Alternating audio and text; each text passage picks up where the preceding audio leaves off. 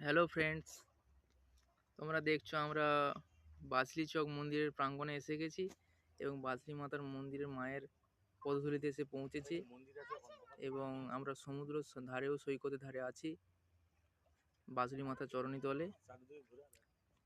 এইটা হলো বাসলি চকের পরে চকের খেয়া। আপনারা এখানে দেখতে পাবেন বিভিন্ন রকম সৌন্দর্য মুহূর্ত।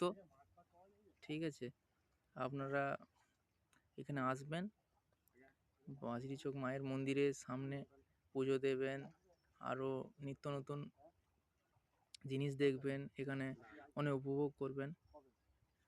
আরও আরও কিছু জিনিস এখানে দেখানোর আছে, তো আপনারা এসে দেখবেন। এখানে পৌষ সংক্রান্তির মেলা হয়, খুবই খুবই সাজসজ্জিত রঞ্জনের মাধ্যমে।